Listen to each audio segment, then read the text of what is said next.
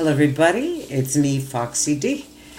Very important video today, listen carefully. I'll try to be as quick and brief as possible, but there's a lot of information in here, it's very important. So here we go. I'm going to start off by saying this is the stage-specific mobbing video. So I'm going to give you the stages of mobbing and what to do in each stage. Just follow suit and you might actually avoid a mobbing. I know this stuff very well. I've been through it a few times, been a bystander after my first two mobbings, and my last mobbing I decided to fight back. That was my choice. I didn't want to work there anymore. But if you need the job or you just don't want the headache of all of this stuff, this is what you do. So first thing, firm boundaries are essential. Self-soothing techniques are essential as well. And keep in mind, mobbing is a time and place specific event. So here are the stages and the stage-specific solution. Stage 1, you start to notice people are teasing, criticizing. You're getting little digs and comments or big digs and comments. I'll give you an example. For me, it was, ha ha ha, she said you should be fired. Well, at that point, this is what you do. You look the person square in the eye, you take a breath, because it's very distressing to hear that kind of stuff. Take a breath, look the person square in the eye, and say something like this. I'm really surprised that you said that. We're not friends. We're colleagues, and I find that what you said was very unprofessional. Now, typically, the person will be taken aback and might apologize. Say, oh, I was just a joke. Oh, that's okay. I just wanted to make that clear. It's a good response. Now, if the person continues by saying, oh, well, that's just really sensitive of you. That's just way too sensitive.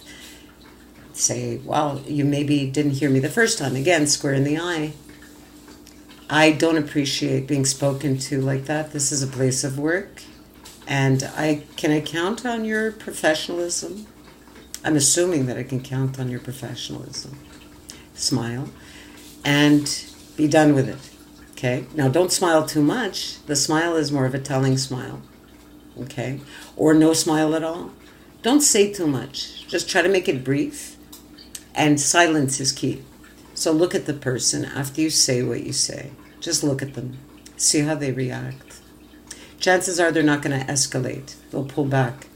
So when you notice that people are coming at you, might be a few different people, employ the same strategies. And after the event, document. Document the time. Document everything that you can. What the person said, how they said it, what their body language was like. The more specific you are about this, the better it is. I'll explain why coming up. So that's the first thing you do. Do not put your head in the sand and pretend it's not happening. Your instinct kicks in. It tells you that something is off. All right? So confront the behaviors, number 1. Document the behaviors, number 2. Very, very important. Do not smile too much. Don't make friends, again. But if you've already made some friends at work, I'm going to tell you what tends to happen. Now, if you deal with this stuff accordingly at stage 1, if management is not involved, that is, chances are you can stave off a mobbing. If management is involved and you've employed those same strategies I've told you, they might actually continue. I'm sorry, I'm giving it to you straight. That's just the way it is, okay? So what'll happen is this. At least you're putting up your boundaries, you're doing the right things, you're writing everything down, okay? Now, if you don't listen to that advice and you put your head in the sand and you pretend it's not happening or you ignore your instincts is what that is, and you choose not to put up those boundaries or respond, you'll move on to stage 2. What is stage 2? Stage 2 is a lot like stage 1. There tend to be more people involved, more such incidents, and they could be anything from direct aggression, okay, to passive aggression. Now, often the passive aggressive stuff, like I said, it's harder to confront, but you can still confront it. How? Say you're in a meeting, somebody rolls their eyes. After you've said something, you could say, oh, just a moment. Jocelyn, you rolled your eyes when I said that. If you'd like to elaborate, if there's something that I said that you don't agree with, please, I invite you to give me your opinion.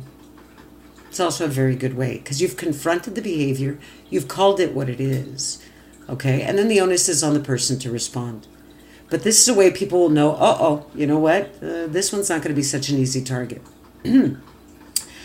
So you're at stage 2 now. If you're at stage 2 and you've noticed, oh my God, I didn't take care of it at the beginning, it's getting worse. You'll also notice one other thing happening is that the people that used to be friendly to you are no longer friendly to you. People that would say hello are probably not saying hi anymore, putting their eyes down, avoiding you. Your instinct is kicking in, and now, you know what, sometimes people start to panic. It's normal. It's a very uncomfortable situation. I've been there. I've panicked, and I didn't know what to do. Well, I'm going to tell you what to do. Employ the same strategies as you would in stage 1. Still keep doing that. Still keep documenting, keep confronting the behaviors as they occur. Is it exhausting? Absolutely. I'm going to give you some self-soothing techniques in another video. Otherwise, this one will be way too long. Okay? So, again, don't smile so much. Do not try to friendly and friendify your way out of it by being super friendly to people and kissing up. It doesn't work. Okay? It doesn't. You're just going to sell your soul. It feels horrible, and it won't work. People will push until they see how far they can push. And in a mobbing, they'll push that far and then some. All right? So what I would do also at stage 2 is, if you've noticed that this stuff is going on, you're getting tired, book off. Take a week off. Whether it's vacation time, sick days, go see a doctor, explain the situation, what's going on. Calm yourself. Go to a spa. Relax. You look at these types of videos also. And it's not to exacerbate the stress. It's to come up with strategies. All right? So try to center yourself as much as possible. During this time off, prepare your resume. Empower yourself. It feels empowering to have a prepared resume. If you have the energy, start sending the resume out. All right? And the reason that I'm saying this at stage 2, it's like, wow, can still kind of navigate myself out of this. You can, unless management is involved. If management wants you out, they will find a way to get you out. Again, you're not going to like what I'm saying in this video. It's the hard truth, and I'm going to give it to you straight. All right? I think you deserve it. I think I deserved it, actually. Wish someone would have done that for me. And you don't have to pay $2,000 to go to an anti or workplace mobbing seminar to get this information. Just dig. There's a lot of free info out there. And reach out. Don't be shy. All right? That's another thing. Reach out to resources. People like me. People who blog about it. People who write about it. Just try to talk to your friends, neighbors, spouse. If you're really alone, reach out to people like me. I'm here. Okay? So all of a sudden, stage 2, you've taken that time off, remembering mobbing is time and place specific. It doesn't mean they're going to forget that they're mobbing you, or they're going to think you're okay because you took some time off. They might change strategy. Just be aware. Again, don't be a smiler. Have firm boundaries. Doesn't mean to be rude or impolite to people. Call them on their behaviors. Document everything. So now you're at stage 3. All right? Typically, again, if management is involved, they're going to keep pushing. What happens? Stage 3 is something called the critical incident. That means that you've done something and you've behaved in a way that is not typical for you, in their opinion. So it could be something as innocuous as somebody says something and you that's untoward, and you say, come on, it's enough now, in a tone that's less than professional. They're going to view you under a microscope. So whatever you do will be exaggerated in terms of the response. The smear campaign begins.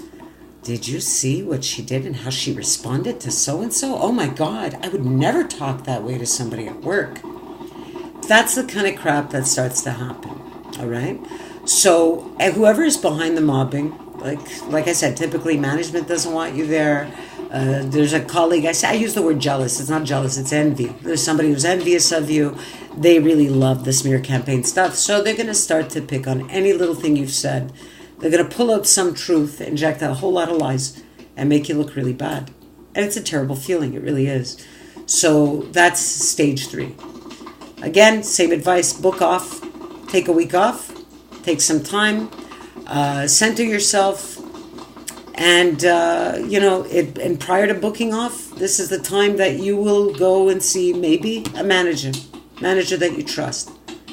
You'll present the evidence, your incident report, if you will, okay, of everything that's been happening. Again, it's all well documented. You have it there. You have a discussion. You tell your manager, look, I am being bullied.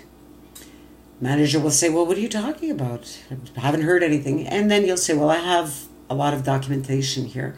I invite you to read some of it. I know it's a bit long, but this is what's happening. And you give a brief explanation as to what's going on, but have your evidence with you. Now, if your manager blows you off, okay, and again, they're involved very often. They may do this. If the manager blows you off, then you have to bring it up a notch and say, well, that's unfortunate. It looks like I'm going to have to bring this up to the union. Now, if the union's involved, you still bring it up to the union. Okay? Unless you do what I did, which is get the heck out of there. All right? That would be my honest to goodness advice, because by the time you're at this stage, okay, and you notice that management is not on your side or not doing anything to help you out, to me, that's the big signal, the big red light flashing, saying, get out. Save yourself. And it doesn't mean that you're a coward at all. It means you're sparing yourself a whole lot of agony. I'm going to post some stats at the end in the comment section of this video. All right? Some statistics about how people have successfully staved off a mobbing. And you'll see that the most successful way to stave off a mobbing is to get out. That's it. Once it happens, it's not going to stop unless it's just colleagues and no management is involved. But here you are. You want to hold tight and hang strong. I commend you for it. Good luck. Seek counseling in the interim. You're going to need it because it gets very rough. Stage 4. What is stage 4? Stage 4 is, you've brought it up to the union. Now it's time for mediation. Okay? So the union is going to arrange some kind of mediation between you, the colleagues, management. Chances are they're going to deny, because all of the events that you've described in there could just be just a coincidental series of events. Or, you were hypersensitive and wrote all of this stuff down. If I would have done that, maybe I would have had such a diary of events. You will get that. So be prepared. And what is stage 5? You go past the grievance stage, chances are they side with management. I'm sorry, it's how it works. Stage 5 is you're deemed the troublemaker. And if you don't quit, you get fired. In a nutshell, that's the anatomy of a workplace mobbing and the stage-specific solutions. In short, you could probably do something really good at stages 1 and 2. All right? Stages 1 and 2, again, do not ignore your instincts. You have to confront the behaviors. Say now, whomever is watching this video, you may not like what I'm saying, but it's the God's honest truth. It's the only way it's going to stop. Okay? You have to confront the behaviors. You have to practice the death stare. You have to learn how to assert yourself accordingly. You have to put a stop to it. Okay? You absolutely, at least you give it your best shot. Now, I'm not into the management, HR, and union thing because, like I said, after all my experiences, they're always complicit. There's something about you, and like I said, you're not a bad person. You just don't fit the corporate lapdog bill, is the bottom line, typically. Now, if you have other stories, again, I invite collaboration. I want people to share their stories. I want you to do your own YouTube videos. I want to collaborate with you. You want to write a book, articles. Let's do this. The narrative has to change, everybody. Okay? So please hit me with your best shot. Share and like my videos. Okay? And believe me, this will never be modified with the rules of YouTube. So it's not about me trying to make cash off of doing this. I'm trying to get a message out there. You have to get your stories out there. We all do. We need to build a community of us. I wish you a great day. Love, respect. Foxieedee, signing off. I'll see you next time. We'll talk about actually self-soothing techniques in the next video. The ways to wellness. You take care.